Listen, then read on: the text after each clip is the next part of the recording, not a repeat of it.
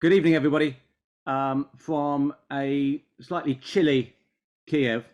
You might think, where on earth are these guys? We're in Alexey's warehouse on the sort of outskirts of Kiev. Alexey is sending a whole lot of supplies to Zaporizhia tomorrow. He might talk about that later. And we've just been spending the afternoon with him in the warehouse, making sure that he's got what he needs, and we like to keep track of the stock that we're providing Alexey with. I think the way we divvy up today, I'm going to say a little bit about why I'm here. Just some big picture stuff on Ukraine. Stacey's going to update you all on what's World Jewish Relief doing in Ukraine and what our priorities are, and then we're going to hear some sort of personal reflections from Alexey, a very long time partner and friend of World Jewish Relief.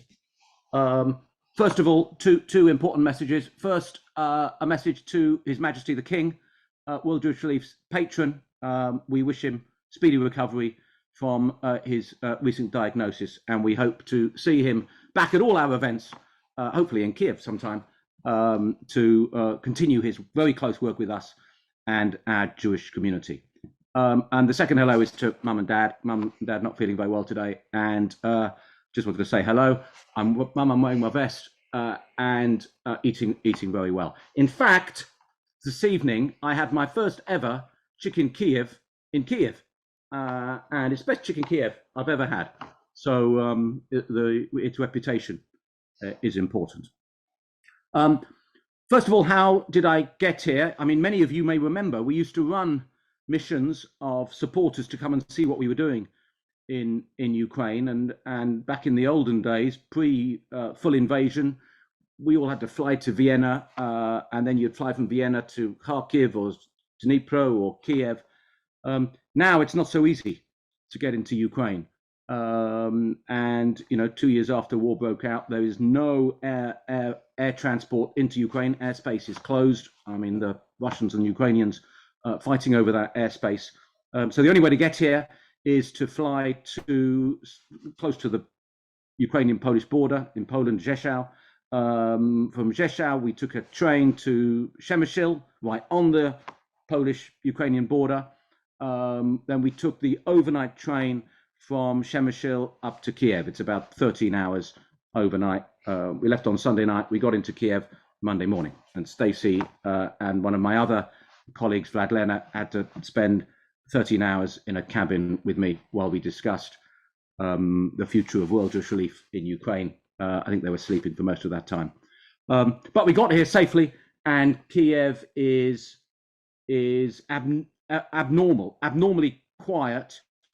The shops are full, the lights are on, people are busy, there's traffic on the streets. And if you landed in Kiev and didn't know what was going on, you would probably think that the new normal, we always talked about the new normal post-COVID, the new normal post-full invasion is almost business as usual. But there are still, and many of you will have read in the news, ongoing nightly air attacks and missile strikes across Ukraine. It's been very quiet in Kiev the last couple of days. Our Air Alert app keeps telling us where there are ongoing alerts.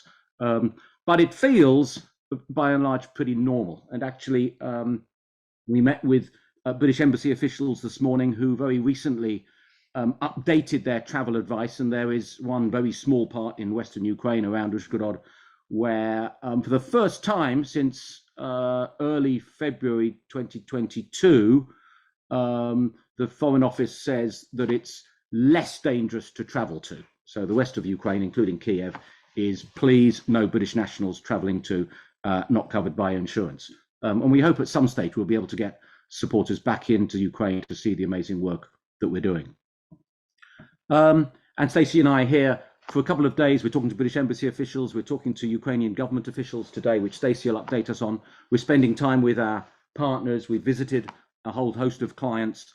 I think just, the importance of understanding the pain and the trauma and the challenge that Ukrainians face. You can really only do that face to face. We speak to our Ukrainian colleagues daily, but sometimes you've got to be here to understand it, so they know what we're thinking and what we're thinking over the coming months and years, and we understand what they're facing and how best we can tailor our support. We're approaching, amazingly, this 2-year anniversary at the end of February, and the reality is that Moscow, I suppose, still remains hell-bent on its initial intentions of, which prompted its aggression, seeking to sort of take over swathes of Ukraine and see it as a vassal state, as a puppet. It wants to control Ukraine, and I don't think there's any sense at the moment that their intentions have changed. Many of us looked with some anticipation in the summer of 2023 that the much vaunted counteroffensive from Ukrainian forces with very significant Western backing would see some progress, but the reality is that counteroffensive has not, has failed, has not achieved any of the success that it wanted, and both militaries have sort of hunkered down over frozen land, not really making any gains, and the Russians have resorted again, as they did last winter, to indiscriminate aerial attacks and bombardments of civilian and military infrastructure in a very significant way. And certainly we saw in December very significant missile attacks across Ukraine. I think despite the limited, the no success of the counteroffensive, Kiev certainly still seems up for the fight. Mostly, I suppose, as well, thanks to very significant Western backing. I think it's quite noticeable that air defences are good, particularly in Kiev, and seem to be holding, and that's a positive. The bad news is, of course, that level of international military support may potentially peter out, depending on what happens across your pond with elections in the US. I think we've also seen quite a degree of sort of internal bickering within Ukrainian politics, which has slightly changed. The fragility of, Zelensky's quite remarkable leadership and standing up to Putin, and his courting of the West and winning very, very significant support. But we've seen in recent times, largely the result of the failed counteroffensive, disagreements internally in Ukraine, particularly between President Zelensky and his Minister of Defense, Zaluzhny. And I think, that bickering probably doesn't help bring confidence to international actors. But sort of despite that bickering, I think, the Ukrainians that I speak to, we'll hear from Alexey afterwards, Ukrainians that we've spoken to in recent days, they're still up for the fight. They're still determined to reject any of the terms that the Kremlin seems to be ever offering. Doesn't want to give up territory, doesn't want to give up land, doesn't want to become a puppet state of Moscow, and continue to look very vigorously to the West for that support. I think at the end of 2023, we started to see Ukraine's economy, actually for the first time, battered, but turning a bit of a corner. But it's all relative, and I think the reality is, millions of people, I forget the number, how many millions have left the country. Millions of majority of them are women, but skilled, capable. Millions have moved across the country. We've seen, the war machinery requiring very significant mobilization of men and troops, and that's left an economy bereft, I think, of very significant skilled labor. There probably is a continued drain of people out of Ukraine, particularly as the war drags on, and there's a sort of a sense of hopelessness and worry and concern about future opportunity.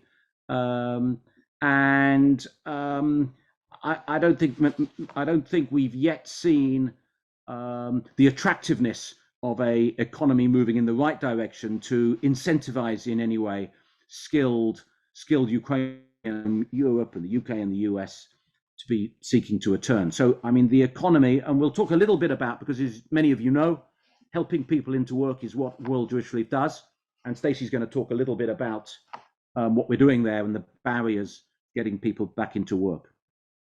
Maybe my final perspective before I pass on to Stacey is,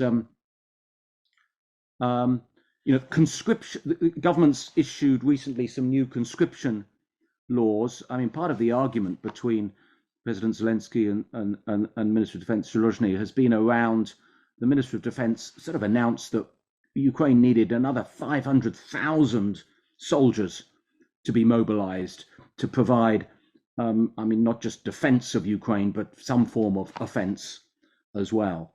And I think that gives you, a sense of the mobilization required. The country has I think it's a standing army now of almost 1 million, or it needs 1 million soldiers. I mean, that's just immense. Putin has much greater depth and reserves of weaponry and people. That's why he continues to think he's got the upper hand. But the prospect of conscription, mostly for men over the age of 18 and under the age of 60, is frightening. Probably frightening for Alexey, would be certainly terrifying for me. And obviously fatalities in the military are high, resources are thin, and I think the conscription, or the fear of conscription, is certainly making it difficult for many to operate, particularly if you're a man of fighting age in Ukraine, and that's just an underlying worry. I think early on in the conflict, we saw massive volunteerism towards the army. A lot of people signed up, and actually Ukraine didn't have enough military clothing and weaponry and whatever to fulfill all those volunteers. I mean, there were very few volunteers coming forward, and so government's having to look differently at its mobilization, and I think that's proving a complex arena going forwards, and certainly fearful for many men. So that's a sort of big picture. I might come back to some of this later on, but I'm gonna pass now to Stacey and sort of maybe ask Stacey. I was going to trick Stacey and ask her to talk a little bit about ballet dancing in Ethiopia, but now thinking about it, I'll instead say, Stacey, tell us, maybe just remind our audience a bit what World Jewish Relief is doing in Ukraine and what our priorities are, particularly going forwards. Okay, thanks, Paul. I'm quite glad you're not asking me about ballet dancing in Ethiopia. It's not my specialist subject. But to talk about what we're doing in Ukraine, I mean, first of all, for me, it's just hard to believe that it's been nearly 2 years since the full-scale invasion. But in that time, we have supported over 300,000 people in Ukraine across something like 370 locations. So we've had a huge reach. And that work is really based off of some of our key areas of focus, not only just of the last 2 years of our experience of working and responding to increased needs in the country, but also of our 30 years of working in Ukraine and of working really closely with a network of very trusted local partners. And we've kind of honed that work into 4 key areas of work. So I'll talk a little bit about those different areas. First off, you talked about the front line, the conflict. It is still incredibly active across the frontline areas, and those are the places where humanitarian needs are the greatest. And we recognise that actually continuing to deliver humanitarian aid in those locations is incredibly important. So we're focusing our humanitarian aid delivery to those locations in the south, in the east, southeast. And Alexey, as we've mentioned, is a key partner of ours delivering some of that humanitarian aid, and I know that we'll hear a little bit more about that in a bit.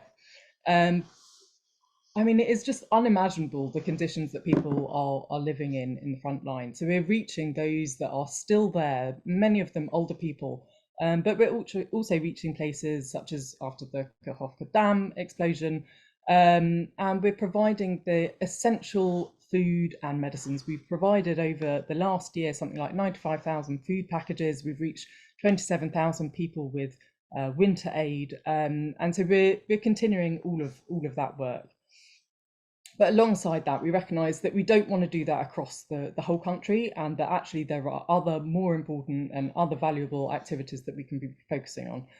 So the second key area of work is continuing to support our older community. Older people in Ukraine are incredibly vulnerable, and particularly the Jewish older people, who we've been supporting for the 30 years that we've been in Ukraine and will continue to support for many years to come. We're now actually able to reach beyond the Jewish community as well, which I think is incredibly important, just recognizing that actually the general situation for older people has massively deteriorated over the last 2 years. You know, where they might have been isolated before, they're now more than ever more isolated. Their social networks have been depleted as people move within country or further afield. The health services are struggling, their pensions are pitiful. They get something like £85 a month when monthly costs are £350 a month. And, you know, despite all of this, amazingly, as I mentioned, often it's the older people who have remained on the front line. And even within the Jewish community, what we found is that around 85% of the Jewish older people that we support have stayed where in their original locations. They haven't moved, and they're incredibly tied to their home, and they're scared to leave. And so we recognise it is so important to continue to support that group. And what are we doing? We're providing home care, we're providing food, medicines, access to medical support, to hearing aids and optical care, to meet their very basic needs, but we're also providing much needed opportunities for social interactions, so that actually they don't feel as isolated and as lonely, and that they can age as actively as possible and with as much dignity as possible. In addition to all of that, we continue to repair people's homes, and we've been doing that for around 10 years or more. But now what we're able to do is repair more homes than ever. And around 70% of the homes that we're repairing are homes that have been damaged by shelling. There's something like 1.4 million homes that have been damaged because of the war. And so we're doing our little bit to ensure that people have at least one warm, dry room, especially important through the winter. The third area of work, key area of focus of ours, is another area where we've been focusing for many, many years, and that is around employment and self-employment. We have over 10 years experience of this. Alexey is a key partner in this as well, and we think it's more important than ever. And there's something like a 20% unemployment rate in Ukraine that has increased from 10% pre-war, and many of the are internally displaced people. There's something like 4 million internally displaced people. Over 60% of them have been displaced for more than a year and are unemployed as well. So, you know, their resources have been depleted, their capacity to cope with less and less income has reduced, and so we're providing incredibly individualized and targeted support to enable them to find employment. Really important to help them to do that, not only to support their income generation, but we also know how important employment is to support their mental health and their dignity, and of course to help them not to rely on humanitarian aid. We're finding that there are actually jobs out there. We've reached about a 50% employment rate for graduates of the employment programs, and they're finding jobs in all sorts of areas, from accountancy to HR to marketing, sales, teaching, beauty industry, we know is incredibly important here as well. So it's not that there aren't jobs out there, but there is a lot of discrimination, particularly for internally displaced people, from employers who might think that they are going to move away within 3 months of employing them, so they don't really want to do that and invest in them. Or also internally displaced people are actually truly believing that they will return home in the next few months as well, and don't want to invest in finding work. So we are trying to tackle the kind of individual psychology behind these barriers to finding employment, to support people, to recognise that they are able to use their skill set, that they are able to generate some income. We met a lady yesterday, Mariana, who was incredibly inspiring. She moved from a rural village as a chicken and turkey farmer. She moved with her 18-year-old disabled son. He's got cerebral palsy and epilepsy, he has high medical needs, and she's moved to Kiev. And so how do you help someone adjust their mindset from being a chicken farmer to looking at employment opportunities in Kiev? And this is exactly what Alexey and his team are helping her to do. I think it is also important just to note that off the back of our employment programs here, we obviously, many of you will know, have a very large program in the UK supporting refugees to find employment as well, and particularly focusing at the moment in supporting Ukrainians in the UK with language and employment support too. So not only supporting them in Ukraine, but in the UK as well. The last area I wanted to just highlight was our support to children and vulnerable families. And this is linked very much to the employment work that we do. We recognise that, if you have, first of all, a very challenging family environment, or if children are not at school, then it's very hard to find employment. And we know that of the something like 13,000 schools that are here in Ukraine, only 50% of them are offering in-person education, which has massively affected children's academic performance and is a barrier to also for the parents to find employment as well. So we're providing opportunities for supporting that academic opportunities, whether that be in tutoring, but also importantly supporting children with social interactions as well, because the war has affected mental health of children too. And linked to that, you mentioned that today we met with the government ministry. It's we have launched today a new opportunity for World Jewish Relief linked with the government in supporting children who have been deported who have come back, returned to Ukraine, to reintegrate them. Deported from Russia. Deported to Russia and back. And they've been returned.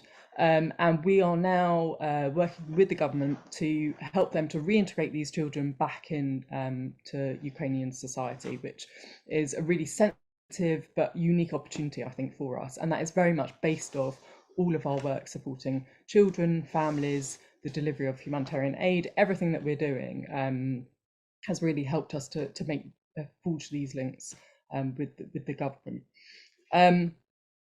The last thing I want to say is that obviously, as I mentioned, everything that we do is done through local partners, and whilst they are extremely experienced and are fantastic, they are also having the same challenges as many of the participants, whether that is trying to run activities with airstrikes going off, or concerns about having friends and family on the front line, the unstable economy, schools are closed, concerns about conscription that you mentioned.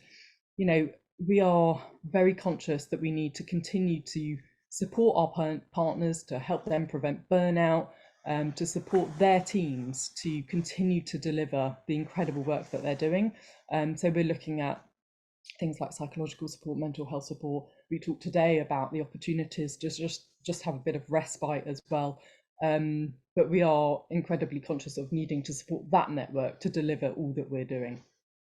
And that kind of leads me nicely to now bring Alexey into the conversation. I mean, Alexey, first of all, just want to thank you for everything that you're doing as one of our key partners delivering that work. It is incredible to just be here and see you in person again, and see all the work that you're doing. And I just wondered, you've been here for the last 2 years, Alexey. Paul talked about the future, what's coming up. It's not exactly bright, but what is the feeling in Ukraine? How are you feeling about what's going on at the moment? Are people just tired? What's the perspectives thinking forwards for Ukrainians? First of all, thank you, Paul, Stacey, World Jewish Relief, and all the supporters for the possibility to work with you. Because as I said last year, I couldn't do anything without your support. 1 year ago, it was maybe I was more optimistic because I believed in very soon victory, and that drove me. But we had a lot of work 2 years ago. For this moment, we have no optimistic ideas. We understand that this war is for a long time. Ukrainians are afraid very much to stay alone in this war with Putin because Putin don't want to stop. It's painful for me to understand that Putin can occupy the territories where we distributed humanitarian aid. I know that people, we supported them, and now that people in Kharkiv region, in Zaporizhia region, are now again under the pressure of future possible Russian occupation. That's painful for me. And of course, we are a little bit tired. As Paul told, in Kyiv, we feel rather normal life. Restaurants, cars, everything looks like normal. But as Paul told, it's just needed to come sometimes to Ukraine to feel the reality. For myself, like a partner on the ground, also is needed to go to the front line to see the war and to see the real needs. So tomorrow we will go to the front lines in Zaporizhia. That is under the shelling. We will have a helmet, gilet, and everything, issues of security. But maybe it was also easier for us to work 2 years ago, because when we entered the occupied territory, we understood that all the people have the need, and we supported everyone. Now, on the second anniversary of the war, we try to personalize all their support. We understand that we can't support everyone. Too many internal displaced person, too many wounded people, but we try to personalize and be very selective in our support, even if we are going on the front line territory. Of course, very important for us in employment. We found a lot of internally displaced people. They have psychological trauma, they are stressed, and that is a barrier to find a new employment. We understand if we will not adapt them to a new normal, they will be like a problem for Ukraine, for society for many years. That's why any day, any week is very important to be as more faster than we can to support them. I also have a dream to have a rest. As a chairman of the foundation, I have responsibility first to care about our volunteers, our team, and me, like on a last one place. But thank you, you argue me to have a rest sometimes. That's very important to me. We passed this winter. We were lucky a little bit. There was no blackouts, at least in Kyiv, because last year it was terrible.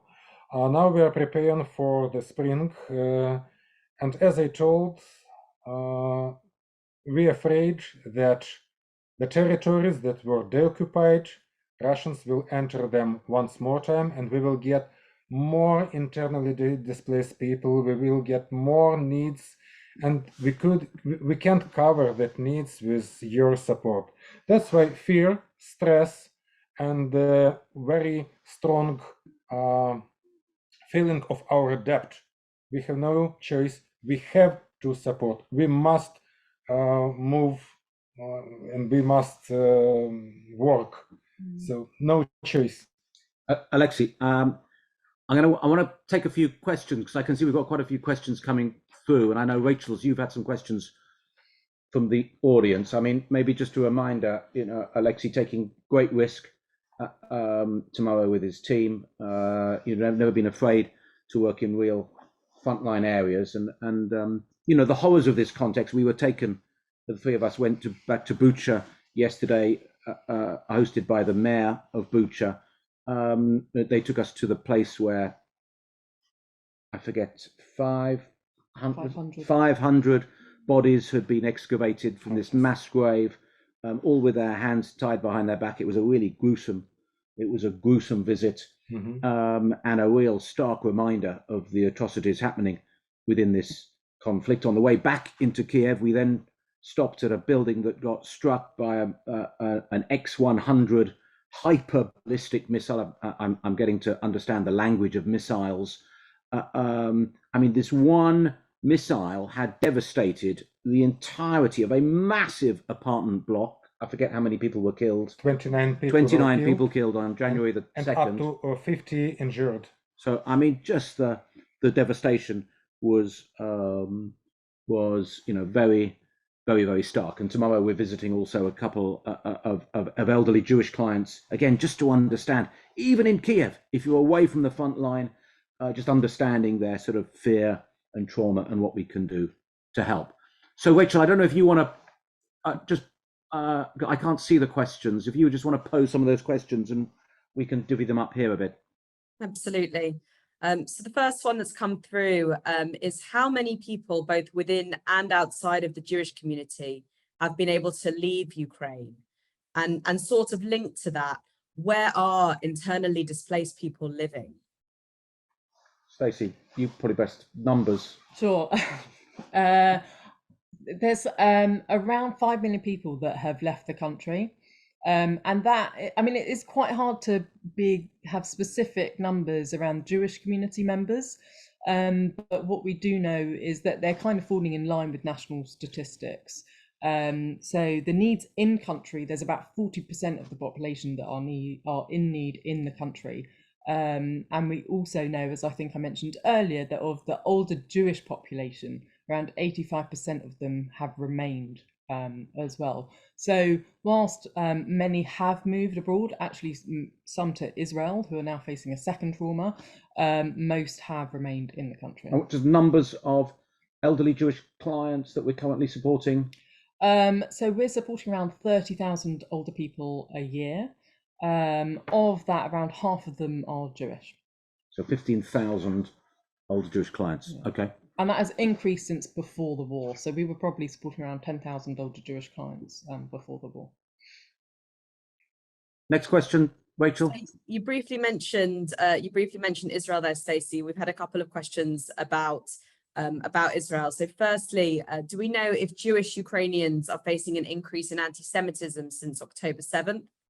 And another question that's come through, how can we re-engage the public support with the war in Ukraine now that the war in the Middle East is dominating the news? Yeah, okay, so let me take that, and then others can come in. Okay, I mean, very interesting. Some of you may have heard me speak previously. I mean, on October the 7th, I was in Ukraine, in Kharkiv, right on the Russian border.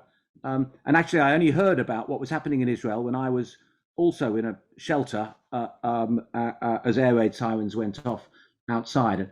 And on the evening of October the 7th, I drove out of Kharkiv, this big city in northeastern Ukraine, and the electronic billboards across Kharkiv were flying the Israeli flag. I mean, I think there was very early, very vocal, visible support for Israel. President Zelensky, I think, was the first global leader to publicly say he wanted to come to Israel, show his support in Israel's hour of need. And I think there was, very significant support from Ukraine early on, feeling that Israel had been under the most horrific attack, very similar to what Ukrainians were facing. Actually, I think Zelensky was slightly snubbed by Netanyahu in the end because he wanted other global leaders there, and maybe Israel, in its very complex relationship between Israel and Ukraine and Israel and Russia, probably sees, and maybe there's some pragmatism here, that the relationship with Russia may have greater influence in however the situation is going to evolve in Israel and Gaza, but there was a bit of a snub. I think that Zelensky's offer to come to Israel wasn't then taken up. I mean, actually, I think bizarrely, Ukraine is one of the places with the only place that has not seen a spike in anti-Semitism in whatever statistics there are, and there are few statistics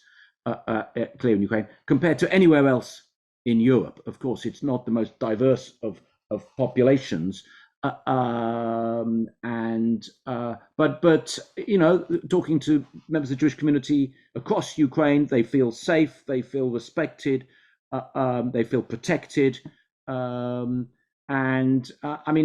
bizarrely, again, over the course of the war, there has been, while the numbers of Jews in Ukraine has left, synagogue attendance, shul attendance, membership has significantly increased. a bit maybe because of people's seeking, spiritual connection and understanding and support. Also because, World Jewish Relief and the American Jewish Joint Distribution Committee, Chabad, and other Jewish actors have been amazing in their support to the Jewish community, and that's really been a priority for us. But I don't think there's been a level of anti-Semitism that has changed at all, I think. I can add that in Ukraine there is nothing to speak about, really, because in the autumn there was some attempts to rise up anti-Semitism in Ukraine, but it was organized with pro-Russian informational channels in Telegram, in social networks, something like that. But I can say to you that Ukraine celebrated Hanukkah. On all the central squares, there was a Hanukkah in the cities of Ukraine, and it was accepted absolutely normally for Ukrainians. So we don't feel any problems with that on our common level between the people. Yeah, no, fantastic. I mean, I thought it was very interesting talking to British government officials in the embassy today, and then with senior Ukrainian government officials. They were surprised.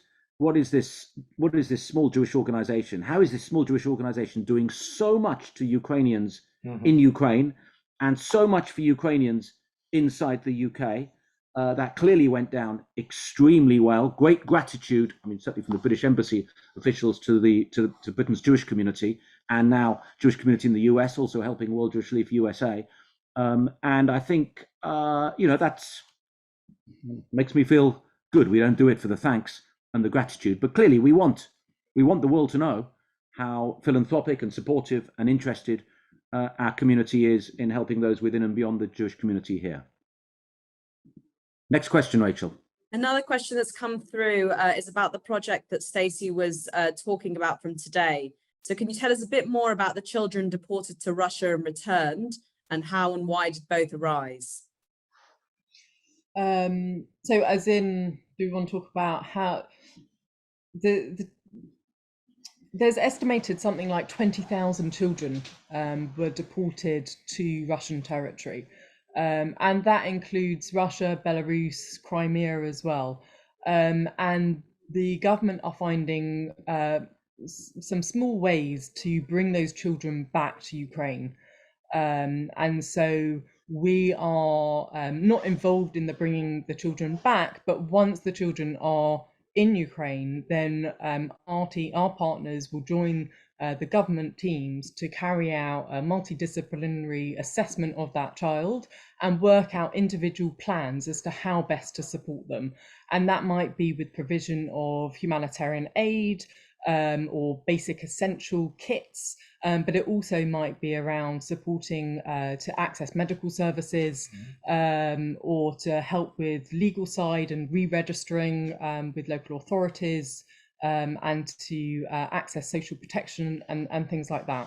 So it is very much the start of the programme, and hopefully we'll be able to say a little bit more in the coming months. But that's the premise and the idea. Yeah, it's good. Again, a recognition, Ukrainian government coming to Alexey and us. We want your expertise. We want your support. It's a partnership. Actually, they're taking up they're doing a lot of the funding and the delivery with bringing our advice and networks to it. As you know, partnership is the way that we work everywhere in the world. And just continue, and we've got to be careful. We don't want to be trying to do so many things that we can't do the things we're really good at well. But we want to share what we're really good at and help others replicate. And if we can influence government in looking after these kids that are clearly extremely vulnerable, we're going to try and do that. Well, I think we're starting with 100 children at Paul, the moment. Can I add, as Stacey told, 20,000 of children were deported. And for this moment, only less than 400 were returned. So we have a lot of work in the future, and these children will be back in a very deep need. Thanks, Alexey. Another question comes through, going back to some of the global issues, is obviously we're expecting a lot of elections this year across the world. And somebody's asked, how might a Trump presidency in the US affect Ukraine? Yeah, I mean, there's a real worry. You know, we've clearly seen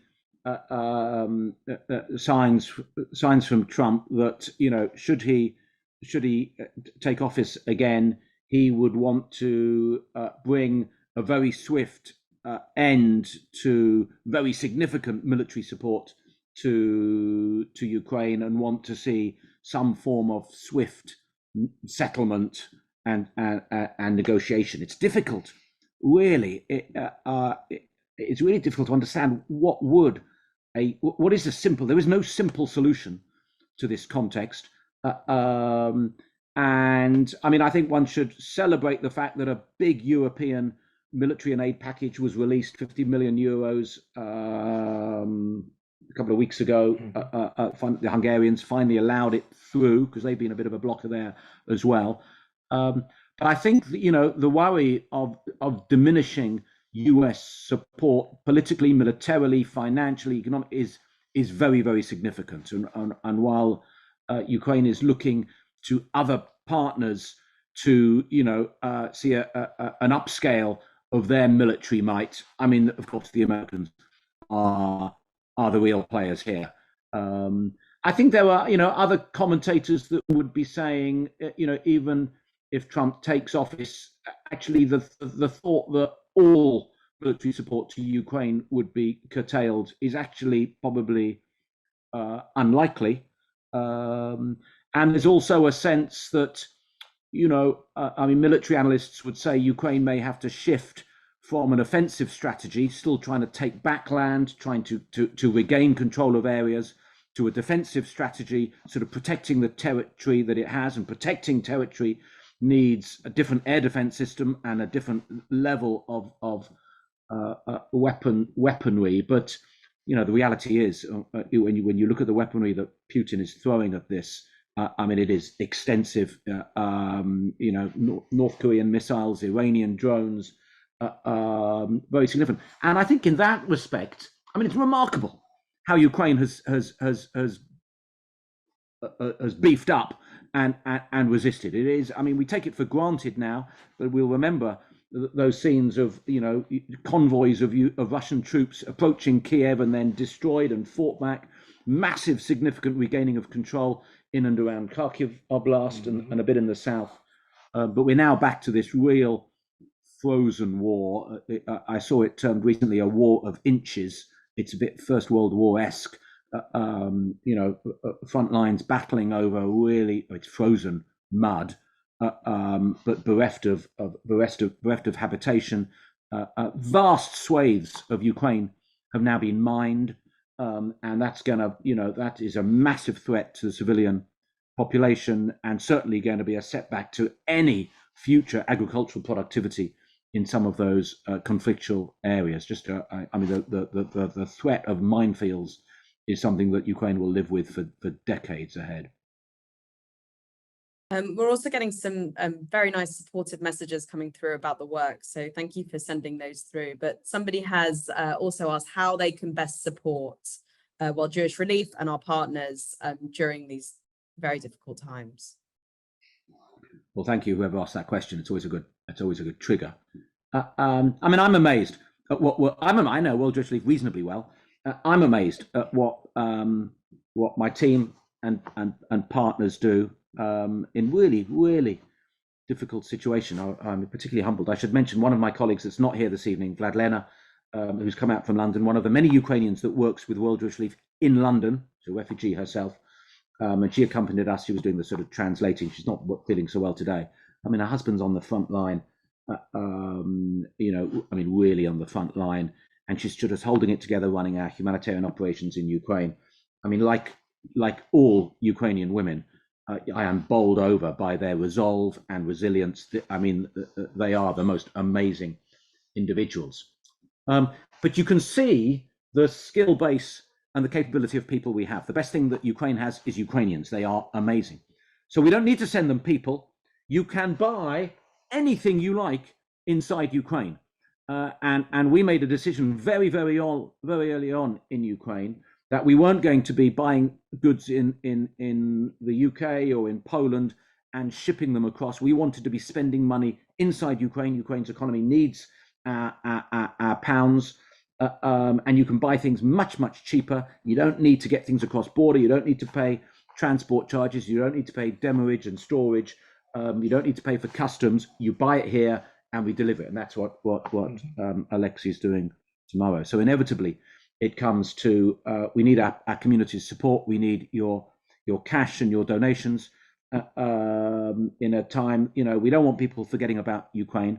We encourage people to still remember the needs in Israel. It's really important. We stand by Israel and Israelis at every step, and we worry about them enormously. But we also worry about our community here and beyond, who at this stage I think still need our assistance and our resolve, and we want to see, we want to see Ukraine through. I mean, ultimately to victory, but to some form of solution to this absolutely horrific, devastating conflict, which is just eating at the heart of what a wonderful, wonderful people that live here.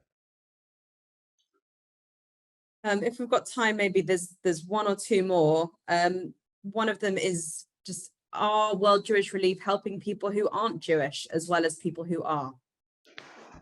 Stacey? Yeah, we definitely are. I think we believe that it's really important to support both those within the Jewish community and beyond.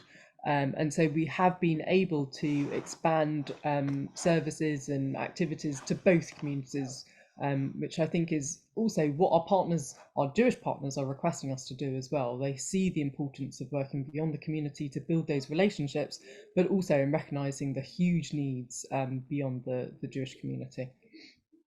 I can add also concerning anti-Semitism.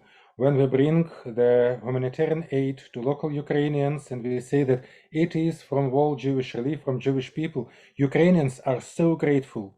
I can say to you that even children in Kherson, after they got a humanitarian aid, they wrote drawing pictures with World Jewish Relief logo.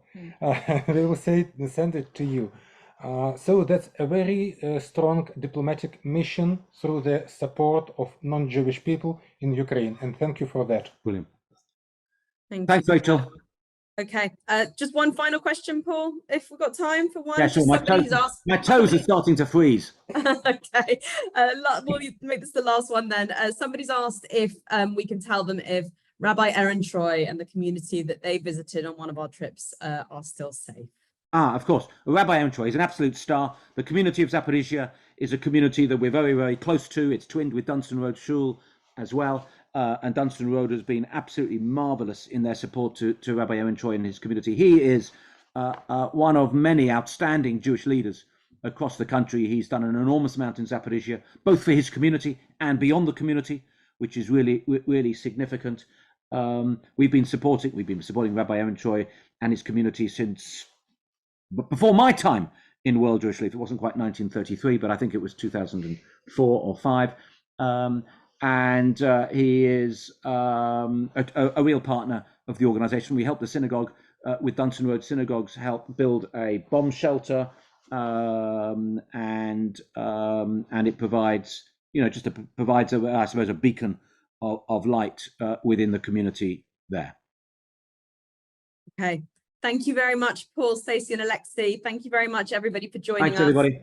As I said, we will send around the recording tomorrow, but thank you very much for your questions. Have a good evening. Thanks, everybody. Have a good evening. Bye, Mum. Bye, Mum. Bye.